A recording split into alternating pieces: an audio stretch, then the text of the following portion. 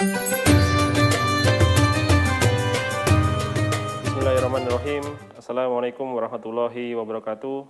Alhamdulillahirabbil alamin. Assalatu wassalamu ala asrofil anbiya'i wa mursalin wa ala alihi wa sahbihi ajmain, amma ba'du.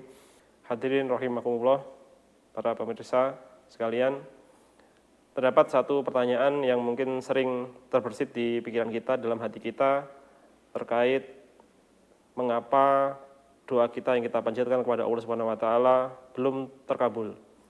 Terdapat request permintaan yang itu belum terijabah sampai saat ini. Mengenai hal itu, mari kita bersama-sama merenungkan suatu sabda Rasulullah SAW, bahwasanya beliau pernah bersabda, ya ayuhan nas, innallaha thayyibun la yaqbalu illa thayyiban. Wahai para manusia, sesungguhnya Allah itu maha baik dan tidak akan menerima sesuatu kecuali yang baik. Sabda ini kemudian dilanjutkan oleh beliau dengan mengisahkan seorang laki-laki yang dalam perjalanan jauh, bajunya kusut, berdebu, dan sambil mengangkat tangan berkata, ya Rob, ya Rob, ya Rob. Mengomentari kisah tersebut, kemudian Nabi bersabda, bagaimana mungkin permintaannya terkabul padahal makanannya makanan haram, minumannya haram, dan baju yang dia kenakan adalah haram. Dari sini kita bisa menyadari bahwasanya dari sabda tersebut ada korelasi yang sangat kuat dengan apa yang kita konsumsi, apa yang kita makan, apa yang kita kenakan, dengan apa yang kita panjatkan kepada Allah Subhanahu wa taala. Di sisi lain ada sabda Nabi Muhammad SAW yang lain yang memperkuat hadis ini, yaitu suatu hari salah satu sahabat Rasulullah bernama Sa'ad bin Abi Waqqas radhiyallahu anhu mendatangi Rasulullah dan meminta kepada Rasulullah, wahai Rasulullah, doakan aku supaya apa yang aku panjatkan kepada Allah mustajab.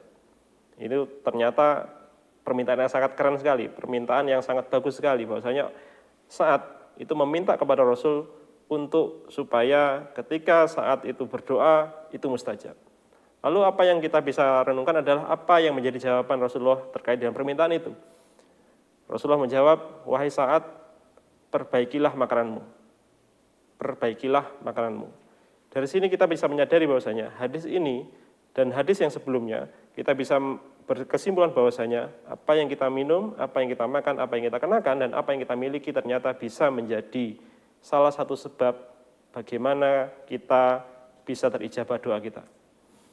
Tentu makanan pada hadis kedua tadi tentu tidak bisa hanya kita maknai sebagai makanan, karena apa yang kita kenakan dan apa yang kita minum itu juga termasuk rezeki dari apa yang kita miliki saat ini. Para hadirin rahimakumullah semuanya, bahwasanya tentu kita sadari halal di sini ternyata juga penting. Halal ini bisa jadi salah satu aspek kenapa apa yang kita panjatkan belum juga terijabah dan terwujud. Tentu kita yang hidup di masa modern ini ternyata menghadapi tantangan yang tidak bisa dianggap kita remeh. Kalau zaman dulu, orang tua kita, kakek kita, ketika berdagang, kita membeli makan, itu kenal penjualnya, tahu proses masaknya, tahu bagaimana kualitas ibadahnya, dan lain sebagainya. Dan bagaimana dengan sekarang? Tentu kita tidak tahu.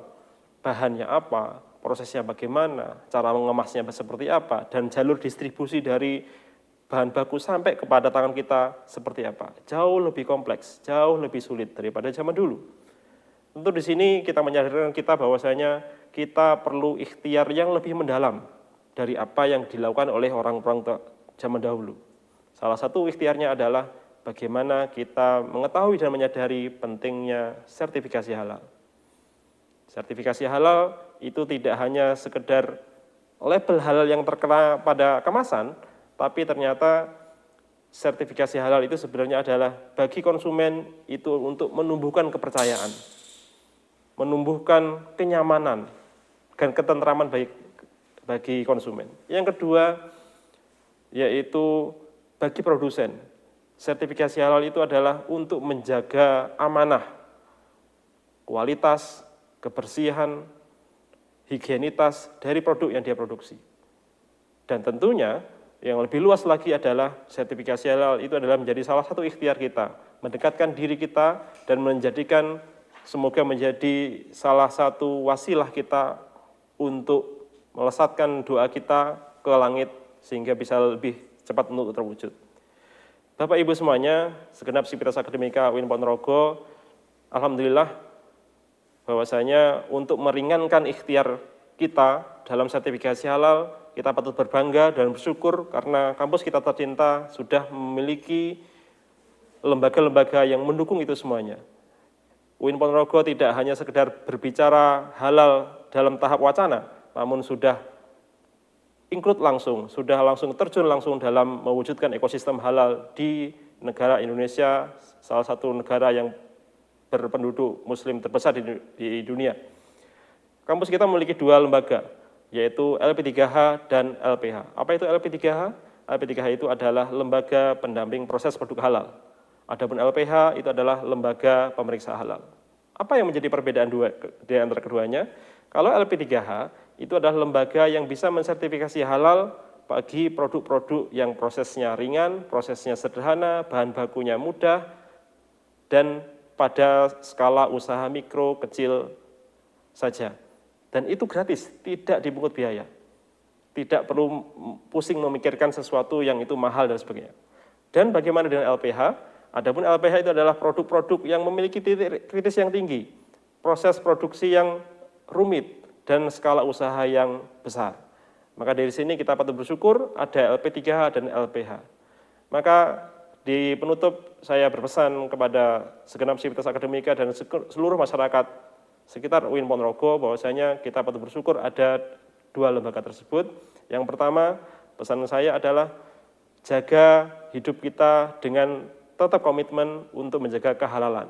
Kehalalan dari mencari rezeki yang baik, kehalalan pada aspek makanan, minuman, baju yang dikenakan, dan lain sebagainya. Yang kedua, bagi pelaku usaha, jangan tunggu besar dulu usahanya baru mikirin halal. Namun jadikan halal itu adalah modal besar, fondasi untuk menjaga kualitas produk dan meraih keberkahan dari usaha kita. Dan yang ketiga, bagi segenap masyarakat semuanya, ayo kita dukung ekosistem halal di Indonesia ini dengan cara selalu berusaha untuk menjaga aspek kehalalan dan tidak lupa untuk mendaftarkan sertifikasi halal ke lembaga-lembaga yang kredibel, salah satunya di UIN Ponorogo. Demikian apa yang bisa saya sampaikan, semoga awareness kita, kesadaran kita terkait dengan halal bisa menyadarkan kita bahwasanya apa yang kita minta itu juga tidak bisa dilepaskan dari apa yang kita konsumsi sehari-hari.